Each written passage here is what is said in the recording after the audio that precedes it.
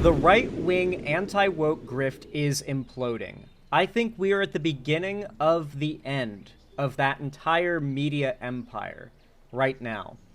Lately, we've seen as some pretty unprecedented headlines have come out in regards to one of the biggest right-wing media companies in all of the internet, being the Daily Wire.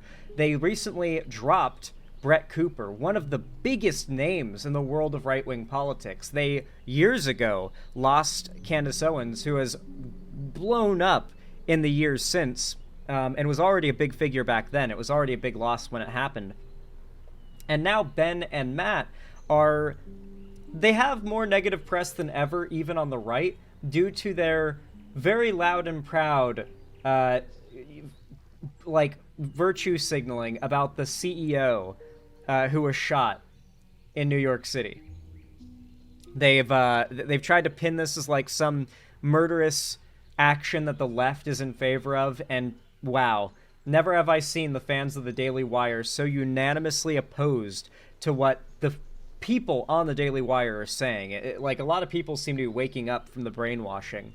And this is following and leading into more and more YouTubers in the realm of media starting to notice that there is a cheap, easy, and overwhelming, just everywhere, overplayed grift in hyper-vigilantly scanning any new piece of media, whether it be a game, a movie, a TV show, a comic, whatever it may be, for quote-unquote too much representation, DEI, wokeness, forced representation, whatever they want to call it. If it's something that makes them feel uncomfortable or seems like intentionally different from the norm, it sets off alarm bells for them and they freak out. Many of these people just naturally act that way and have those inclinations. Others seem to have been trained to think this way, but the fact that it's so tangibly cheap and hollow and soulless, this grift, is leading to more and more people calling it out. And I feel like a lot of the consumers of that grift content are going to begin dropping it in the coming years. Just my theory.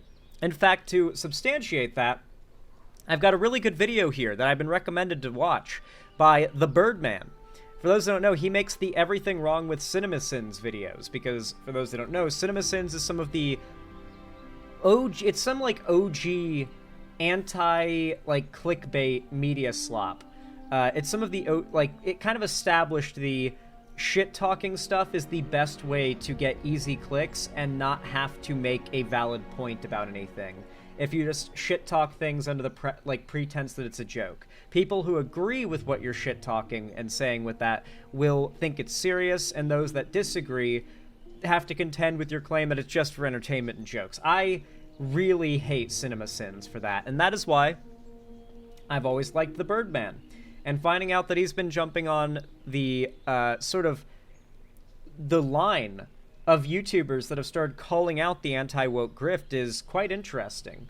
For those who don't know, the Act Man, who I used to consider like an anti-woke YouTuber, has himself started calling this stuff out, because it's gone from just calling out like rainbow capitalism type stuff for being blatantly pandery and sometimes even cringe in its execution, to just hating it when minorities exist in media. He's recognized how much it's escalated from what he actually believed, and I think it's happening more and more every day.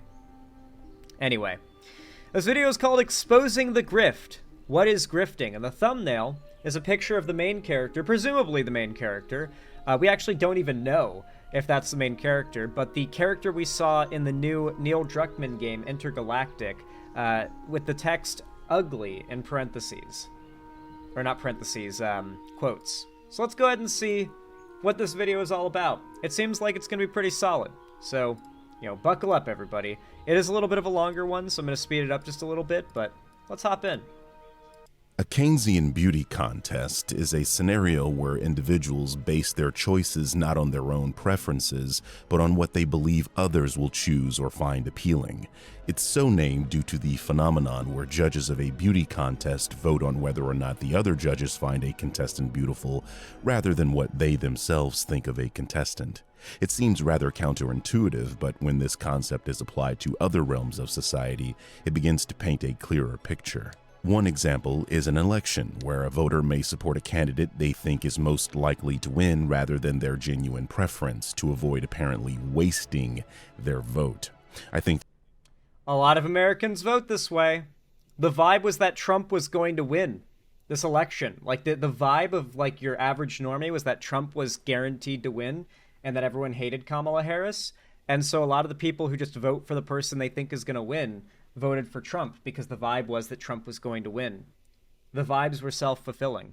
the Republican Party demonstrates this quite well, as back in 2015 when Trump announced his candidacy, the party fought hard against him in the primary, but when it became apparent that he was striking a chord with the public and was likely to win the nomination, everyone fell into place. The Democrats seem to take the opposite approach, where they seemingly decide who they want beforehand and push that candidate regardless if they are popular with the public or not, and this has resulted in them getting beaten in 2016 and 2024. Bernie won every single county in West Virginia. Counties? Yes. Every single county went for Bernie, and in Mingo, Hillary came in third place behind somebody named Paul Farrell. I don't even know who that is, okay? Even though Bernie Sanders won all 55 counties. The problem is Bernie was not as popular as Biden or as Hillary. He wasn't. He would have won the primary. They're not, like, we don't have rigged elections in this country. I get it, though. His policy and his rhetoric are objectively popular, but he was not popular enough. A lot of it might have just been well poisoning and just slander that's stuck. The idea that a lot of progressives want to separate themselves from the ideas of being seen as socialist or communist, and everyone in America thinks Bernie is a socialist or a communist. I think that the American people had the opportunity to vote for Bernie, and they squandered it several times. It's not that he had the win taken from him, or that, like, the DNC pushed a certain candidate harder than others. Don't get me wrong. The DNC did not seem to like Bernie. The mainstream media did not like Bernie. But it wasn't rigged, and I don't think it was, like, set up or anything. I think that, to a degree, who wins these primaries with the Democrats is actually very much the same. Ever since Trump, in particular, has entered the world of politics, the conversation in the primaries is who has the best chance of beating Trump. Not who has the best policies, who is, like, the best for the American people, who can beat Trump. That is the concern of most progressives and Democrats. And most people highly got around Biden because they believed he could win against Trump. He had the best chance, and so he won the primary, and he won the election overwhelmingly because of the outcry of people not wanting Trump to win and believing that Biden could win, and it motivated them to vote. They felt empowered rather than put down. I caucused for him in 2016 and 2020. People who said they were going to vote for him didn't follow through. Yeah, a lot of young Bernie voters, like the progressives, they don't actually vote. That's fair. That does not surprise me at all. A lot of these, Bernie's, like, main supporter base are college kids, right? Like, college-age people. They vote at a much lower rate than you would expect when you consider how radically political they are. He's in West Virginia. The West Virginia Democratic Party went to the Democratic National Convention and told this lie. 19 votes for the next president of the United States, Hillary Rodham Clinton. Single lone West Virginian did her best to put her little homemade sign within the camera frame so that the American people would know the truth. Politics isn't the only area where the Keynesian beauty Bernie didn't, like, win the state, but he did win those counties. Test makes sense. The stock market is famous, or infamous, for investors buying a stock they believe others will find attractive, only for that investor to pull out early while the interest is high, making a nice profit in the process. On social media, this concept goes from amusing to outright insidious. Leak, BioWare and EA caught red-handed. He always does this. Like, the way he types is genuinely infuriating. I hate this guy so much. Mr. Matty Play's agreement supposedly leaked. It wasn't a conspiracy theory. It was true. Return to form, a required phrase. Content creation guidelines for Dragon Age Veilguard leaked? If true, this confirms everything. There is so much more here. You cannot talk about woke. This is access journalism. This is bullcrap, and we have to tear down the corrupt system. All down. Okay. I see many people saying it's not a problem today with Disney rides. Be careful. This is how our hobbies and IPs were destroyed. By the time you wait for DEI to ruin your product and infect the companies that make it, it will be too late. The time to act is now. Media grifters will make video after video on a property before it has even come out in an attempt at catching the wave of hatred before it starts, and often end up being wrong while hilariously changing their tune. But all it takes is 1 or 2 times in which they're right. This is called the sinking ship strategy. It's actually not even... Okay, there's 3 separate things that they do in order to appropriate popular culture. You've got what they do here, what he's showing an example of here. This is where they bet all on black. They hope that this new big franchise project, in this case the Fallout show, they're betting on it coming out and sucking. And that all these fans who are excited to see their favorite franchise brought to the screen would be so disappointed that they would run to the internet to find content that exists shitting on it, and they can kind of vicariously get their anger out through watching that hate bait content. And if they, months or weeks before it even came out, were making videos about how bad the show is going to be, then it's already there. It's there the moment the show comes out. They're going to have a massive influx of views and revenue if they end up being right. If they end up being wrong, though, they just walk it back and pretend they never said any of this stuff. Look at what Shadiversity did with the Mario movie, where they relentlessly called it woke. It came out and was a massive success, and so they did the second thing they do, which is appropriate successful things. When something is really popular and successful, they do everything in their power to appropriate it. And sometimes they're very successful. There's a lot of contradicting stories I've heard about this, but how many of you are familiar with the game Black Myth Wukong? One of the biggest, most popular games to release this year. Didn't win the Game Awards, surprisingly, but very popular game. Considered quite good by most, at least from what I'm hearing. Now, before it came out, whether it was a translation error, as I've heard it to be, or it was not, apparently the devs said that they were explicitly avoiding any, and I quote, feminist agenda in the game. And this meant that, obviously, the right actually had something to go off of when claiming that this inevitably successful game was going to be anti-woke and would be, like, representative of the kind of changes that the anti-woke movement wants to make in gaming. That is an example of how they successfully bet on something being successful and well-received and appropriate it. And the third thing they do is something that I've made up my own term for, called sinking ship spotting. What they do is they find a big popular franchise. Let's take, for instance, Dungeons & Dragons. One that has, for completely organic and normal reasons, a bit of controversy going on. Fans are upset. For a variety of reasons right now, none of them having to do with politics or anything. People in the D&D fandom are really pissed at Wizards of the Coast. And so, recently, the anti-woke grifters have quickly started to make videos attacking Wizards of the Coast and current recent changes to D&D, while also couching all of their criticism of the popular things to complain about among fans of that franchise, couching it all in this rhetoric that this is all part of this DEI woke agenda that's ruining all these popular things, apparently. And so, they weaponize pre-existing hate and monetize it. They weaponize pre-existing love and fandom for a property, and they monetize it. And they do their best to bet on something that they think will be a woke disaster being bad, and they shit on it before any reasonable amount of time has passed to the point where, like, you could actually review it. Like the thing hasn't come out yet. There's no way you could actually judge its quality yet, and yet they're making videos about how it's a disaster already. Woke Hollywood ruins another, and then it comes out and it ends up being a massive success in this case. So he ends up looking like an idiot. Catching the wave of hatred before it starts, and often end up being wrong while hilariously changing their tune. This concept is core to the starts. There's the walking it back.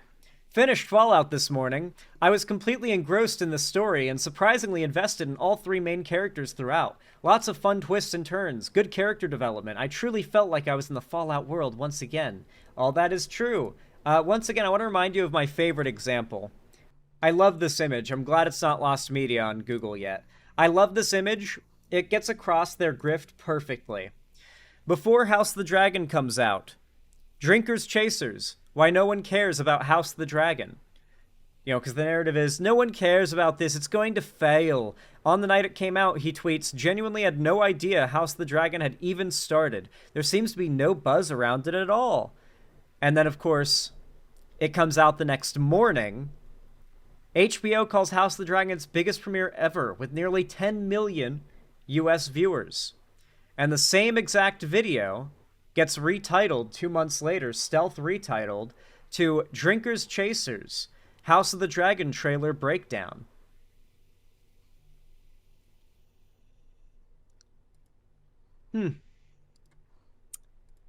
Interesting.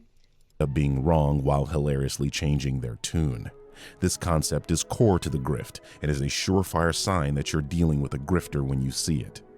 But what is a grifter?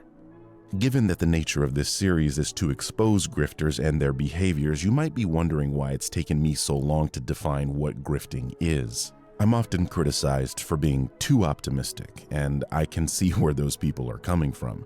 I assumed we all knew what a grifter was, but after making my video on the critical drinker, I noticed quite a lot of people, mostly his fanboys, attempted... Yep, I see a lot of comments like this on my videos too when I call out like the blatant right-wing grifters as grifters. A lot of them just say, no, you. It's funny when a grifter calls someone else a grifter. Seeing this a lot. Birdie, you come off as a Destiny-style reviewer, very adept at using sophistry to try to attack alt-right, quote-unquote, viewpoints.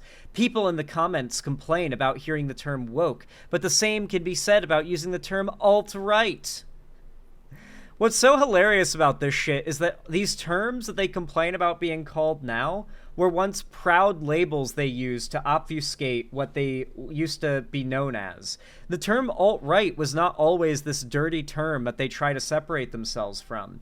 Back in 2015 and 2016, when Richard Spencer coined the term alt-right, it was so popular and acceptable that Richard Spencer was going on CNN to talk about the rise of his alt-right movement and how young, hip, like the alt-right movement was Richard Spencer's Groyper movement. He was going on TV to talk about how young, suave, 20 to teenage dudes in suits were now the face of the new right wing. They were tech savvy, they were online, they had social media presences, they weren't old, crotchety, boomers. They were young,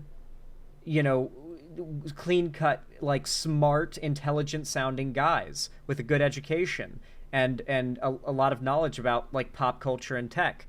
And they call themselves the alt-right. The alt-right was not this like, oh, they're the alt-right. They're the far right. That isn't what it meant originally. It was a very like, people called themselves alt-right publicly and there was no backlash to that because it was just seen as this new era of populist right-wing politics. Mind you, this was back in 2016. These figures who called themselves alt-right all ended up being Nazis. And so nowadays, it just, over time, alt-right has turned from a dog whistle for being a Nazi into synonymous with being a Nazi. So much so that referring to someone who aligns with alt-right ideas as alt-right is all of a sudden an attack. It's an attack on someone, you know?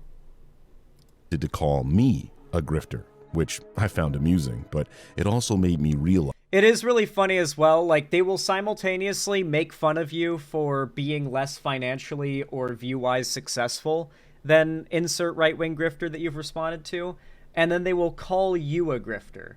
It's like, it's that frustrating, like, it's so wrong, but they're so confident and smug as they say it. It's like they must just be saying it to try and trigger progressives, and they know it's wrong. Like, it has to be on purpose. They can't be that genuinely, like, bafflingly, enragingly stupid.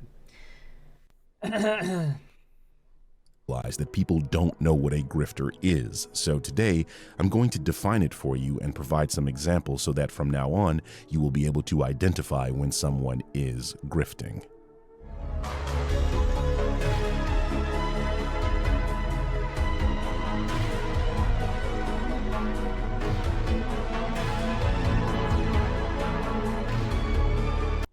I would honestly say the best way to identify a grifter is if they're always saying what you want to hear. Really think about that. Like, when you're watching a pundit whose job it is to have people... Like, when you are a person like me, whose job it is to say opinions online and get people to agree, it's far easier to just say what a pre-existing audience already agrees with, please that audience incessantly, hope more like-minded people continue to coagulate around you, never break out of the mold you build around yourself, and just continually audience please to their, like, seal claps and donations. That is what I consider an online grifter. Someone who plays entirely into an audience capture as an easy way to make money, while masquerading as a free thinker who's just trying to persuade people with logical, well-substantiated, fact-based arguments. That is what I consider a grifter in this context. If I were just to nail it down to its, like, most simplistic, basic idea. The term grifter traditionally refers to someone who engages in schemes for financial or material gain, often involving deceit. A famous, non-controversial example would be Charles Ponzi, the originator of the infamous Ponzi scheme, a type of investment fraud where returns are paid to... I've talked about this before, by the way. America is a country of grifters. It's why it's why we elected Donald Trump, and the fact that Trump is so publicly a scammer and a grifter. I mean, think of the Trump coin, the Trump guitars, Trump steaks, Trump Bibles. He's grifted and scammed his fans at every turn. It's all been about trying to make money, and I think most people recognize that. I don't think most Americans are so stupid they don't recognize it. I think they admire the hustle. You got to remember, America is the country where the famous story exists, where the British couple, like, arrives in New York, and or was it like it might have just been San Francisco. They arrive in America, and a scammer, like, the same day finds them, convinces them that he's selling the Brooklyn Bridge or whatever, or the Golden Gate Bridge for like a few $1,000s. They're tricked into buying it. They give him their money. He, fucks off. Or buggers off, as they probably said, and he takes their money. They came to the nation of grifters unprepared to deal with grifters. We're a country of people like that. You do what you can to get by, to achieve success. That's the American dream. Being able to trample as many people as it takes to get to the top. Was it the Washington Bridge? I don't remember. Earlier investors. That's where the term "I've got a bridge to sell you" comes from, is that story, by the way. Using the capital of newer investors rather than legitimate profits. Under this definition, if I tilted my head sideways and squinted my eyes, I can kind of see why people don't think what Eric July, Yellow Flash, and the Critical Drinker do is grifting. Their audience's defense for them is that they are simply telling everyone their opinions, and opinions can't be grifting, right? Well, when we call these people grifters, it's a shorthand for media grifter, which is a different kind of grifter. So I want to say clearly, I don't consider... I have always very clearly distinguished in my rhetoric between these media figures, these pundits, these demagogues, these grifters that make a living building an audience and shilling particular politics to that audience. But the audience itself, I distinguish between the figure and the audience. The audience are a group of genuinely well-meaning people, more often than not, who have genuine belief in the things that they say they believe in, who have been convinced by these very charismatic, often media-trained, very willing to do whatever it takes to get their videos pushed by YouTube clickbaiters, into thinking, oh, I agree with you. I'm an entertainer who's fighting for what you believe in. And so when someone on the left calls them a grifter, it's easy as an audience viewer to write them off as a triggered lefty. It's very, very easy to do so, because the obvious explanation would be, this isn't a genuine complaint or a genuine call-out. This is just someone who politically disagrees and is so mad and can't make a real argument, so they're calling them a grifter. But to be very clear, we're here to politically disagree with these people, under the pretense that we're making the argument and trying to prove the point that they are grifters. They're not just weirdo right-wingers that have bad politics. They're also dishonest scammers. A media grifter engages in the dissemination of false or misleading information, not necessarily out of genuine belief, but as a calculated move to attract attention, provoke outrage, and maintain relevance in the media landscape. These people have a profit motive. The key element of any grift is financial or personal gain. By selling outrage, these individuals tap into emotional responses to drive engagement, which translates into... My sister spent last weekend telling me how she has to be right-wing because of how much she likes to help everyone. God, I'm glad my sister is dyslexic. That's a good one, Canada's Joel. Honestly, I feel like the best dyslexia test in the world has to be, like how I walked Perry Icefire through setting up the UI for Classic WoW. I told them, okay, now click on that that little like foamy beer button on the top right of your screen, and then I would see Perry Icefire's mouse dart down to the bottom left side of the screen. I'd be like, you're dyslexic. You're definitely... I can diagnose you right now. That is dyslexia. To clicks, subscriptions, and ad revenue, like the Ponzi scheme relies on in... My fucking god.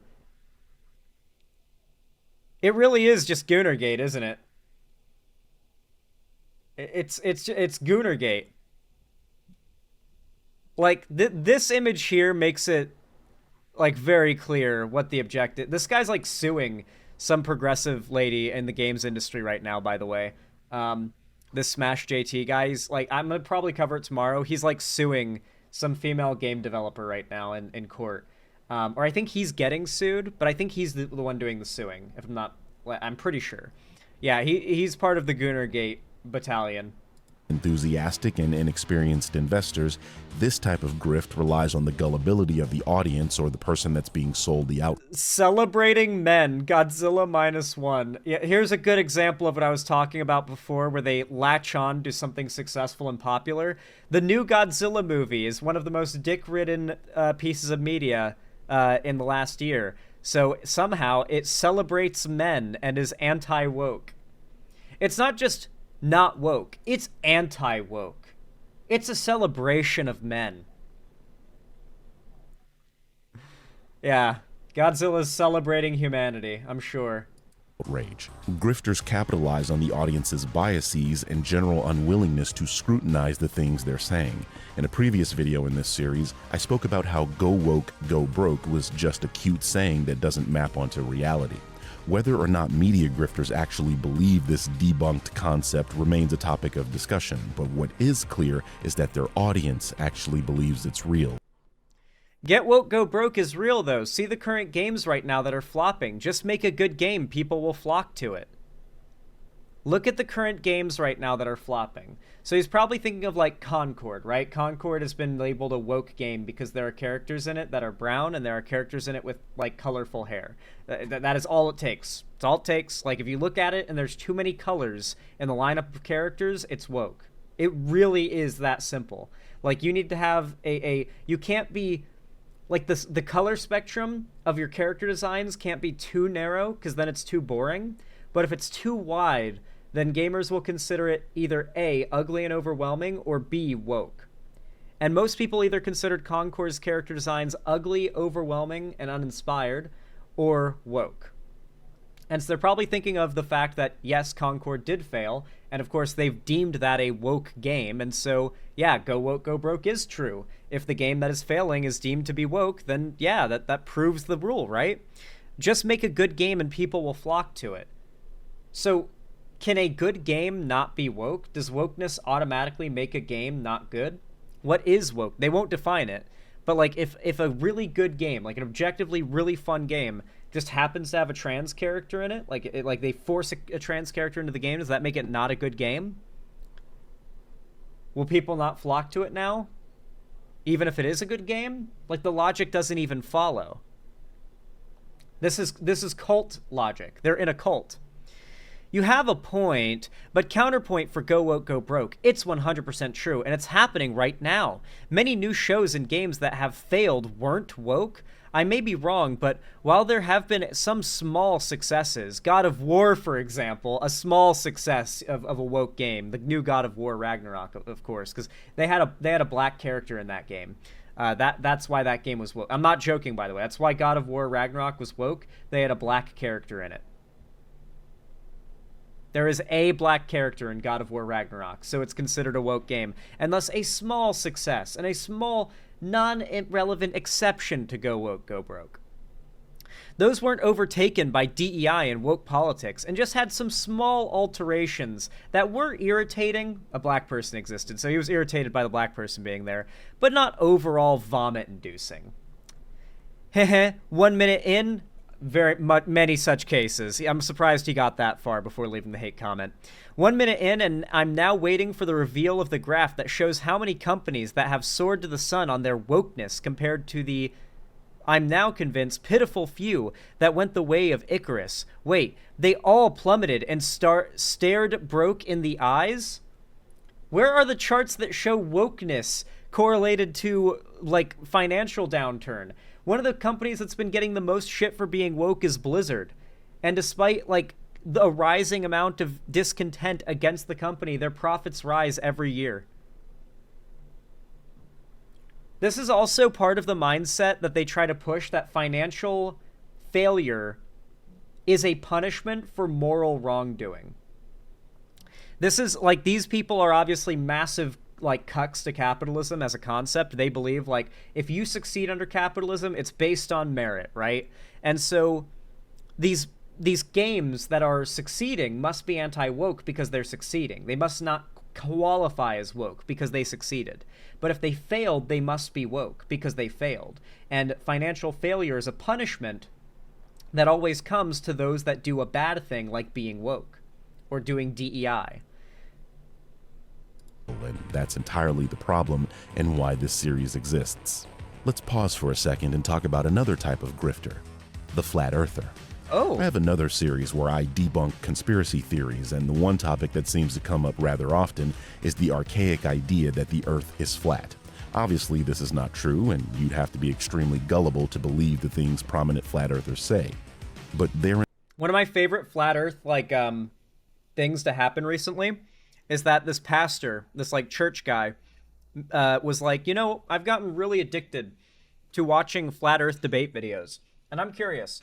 We've got a lot of money. Our church is really wealthy. So I want to host a debate in Antarctica. Because there has been a debate more recently that there's one single observable on-Earth phenomenon that if it does or doesn't happen at a set time for a set amount of time, it disproves or proves that the fact that the Earth is a globe, right? And so all the flat earthers are like, why won't they let us go to Antarctica and see the sun and have us see the 48-hour midnight sun? Because it won't show up. It won't happen. There won't be any sun. And so this church guy's like, okay, so I've made an offer to all the prominent science YouTubers that debunk flat Earth, and I've made the offer for full expenses paid on the trip for all the big flat earther figures. None of the flat earther figures have agreed to go on the all expenses paid trip to go to stay in Antarctica and witness with their own eyes, all live streamed using Starlink, by the way. It'll all be live streamed to witness whether or not there is a 48-hour long midnight quote unquote sun like no sunset, which would, as they have stated 1,000,000 times, prove the Earth is round. They refuse to take the all-expenses-paid trip because if they do, they will be caught on camera either walking back this thing they've said 1,000,000 times would prove or disprove the flat Earth, or they would just have to they would have to admit that their entire grift is wrong. And these people are grifters. They are not, the flat earther figures are not well-meaning, gullible idiots. They're grifters who are convincing well-meaning, gullible idiots. And so they refuse to do what an honest, well-meaning, gullible idiot would do, which is confidently accept this all-expenses-paid trip and eagerly wait to see as all these globe earthers have their minds blown at the fact that the Earth is actually flat. And the evidence is in their favor. If they really believed that, they would jump at the opportunity, and they don't. Wherein lies the point. It's the gullibility of the audience that allows a grift to continue. Interestingly, there is a challenge for flat earthers called the final experiment that will... This is literally the thing I was talking about. This is literally that thing. Okay, cool. He's explaining it for me. That's awesome. A grift to continue. Interestingly, there is a challenge for flat earthers called the final experiment that will take place in December of this year. The final experiment is a group of science communicators and flat earthers going on an all-expenses-paid trip to Antarctica to observe the behavior of the sun. I reiterate, all expenses paid. Yep. That will be important later. The objective of the final experiment is simple. If the Earth is a globe, the sun in Antarctica will never set and will be visible 24 hours a day. If the Earth is flat, you will not be able to see the sun in the sky all of those 24 hours, and if the sun sets, it will prove the Earth is not a sphere. Obviously, we already have proof that the December sun is visible 24 hours a day in Antarctica, but the thing with true believers is that they have to see things for themselves, and the goal of the experiment is to get prominent flat earthers to see that evidence for themselves, hopefully cutting the head off the snake. Now, you would think that an all-expenses-paid trip to perform an experiment of this magnitude would be immediately leapt at by these flirfs. Finally, they will be able to prove once and for all that the governments of the world are preventing normal people from going to Antarctica and that the Earth is flat. And it will That's also a big part of it, too, is that a big, like, talking point of flat earthers is you can't go to Antarctica because it's just a wall of ice and that it's guarded by the military and like the UN and stuff, and you cannot go there. You can literally just go, you can take a chartered boat there and stay at like towns and camps there and shit. You can apply for like a program where you can be like a chef or a janitor at like the research stations there. So like normal people can absolutely go there. There are tons of ways to do so, and this is one of them. But just going there at all disproves 50% of their grift, because a big talking point of Flat Earth is that you are not allowed to go to Antarctica. Many of them that have made excuses for why they won't accept the trip have said, I don't believe that you're not just going to fly us to, like, Canada and tell us it's Antarctica. Their excuse is they're not convinced unless they are able to pilot and control the path there and they go by boat. They don't believe that they're actually in Antarctica because you're not allowed to go. And so a lot of them are unwilling to go because if they do, it disproves one of their biggest talking points just immediately. If they land and touch ground in Antarctica, 50% of their grift has been annihilated. Justify everything they've been saying all this time, right? Well, what happened is that when certain prominent flat earthers were invited on the trip, they turned it down.